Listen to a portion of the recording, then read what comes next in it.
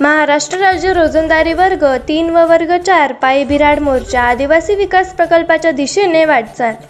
महाराष्ट्र राज्यातील आदिवासी विकास विभागाच्या आश्रमशाळांमधील वर्ग 3 व वर्ग 4 रोजंदारी व तात्पुरते कर्मचारी यांनी आपल्या विविध मागण्यांसाठी नाशिक येथील आदिवासी विकास आयुक्त कार्यालयासमोर बेमुदत पायी बिऱ्हाड आंदोलनास गेल्या 13 जूनपासून सुरुवात केली आहे। हे आंदोलन श्रीमती योगिता बाली पवार यांच्या नेतृत्वाखाली होत असून राज्यभरातून कर्मचारी आंदोलनात सामील झाले आहेत। आंदोलनकर्त्यांनी हातात बॅनर व मागण्यांची यादी घेऊन नाशिकच्या आदिवासी विकास आयुक्त कार्यालयाकडे वाटचाल करत आहेत। शासनाने दिलेल्या अनेक आश्वासनांची पूर्तता अद्याप न झाल्यामुळे कर्मचारी आक्रमक झाले आहेत। प्रमुख मागण्या: 1.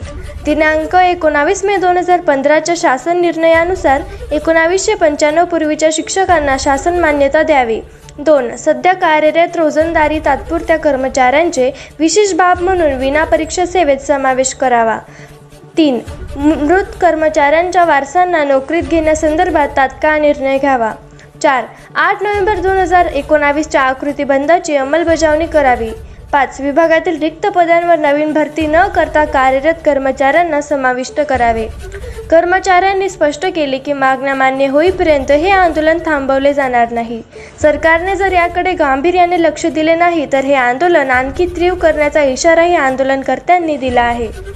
या आंदोलनाला कळवण व नाशिक जिल्ह्यातील विविध आदिवासी व सामाजिक संघटनांनी निवेदन देऊन पाठिंबा दिला आहे। यावेळी संघटनांचे पदाधिकारी यांनी सांगितले की जर शासनाने योग्य तो निर्णय घेतला नाही तर आदिवासी संघटनाही आंदोलनात सहभागी होतील। गिरणावार्ता न्यूजसाठी संपादक गणेश पवार सह संपादक पुंजराम खांडवी, कळवण। आपण 13 तारखेपासून आदिवासी क्षेत्रामधील ज्या एकात्मिक आदिवासी विकास विभाग अंतर्गत चालवल्या जाणाऱ्या शासकीय माध्यमिक उच्च माध्यमिक ज्या काही आश्रमशाळा आहेत, महाराष्ट्र राज्यामध्ये 490 आश्रमशाळा इतक्या आहेत। जवळपास सर्वच अशा ठिकाणी आहेत की त्या ठिकाणी बऱ्याच शाळा अशा आहेत की त्या ठिकाणी बस गेली तर लाईट नसते, लाईट गेली तर बस नसते।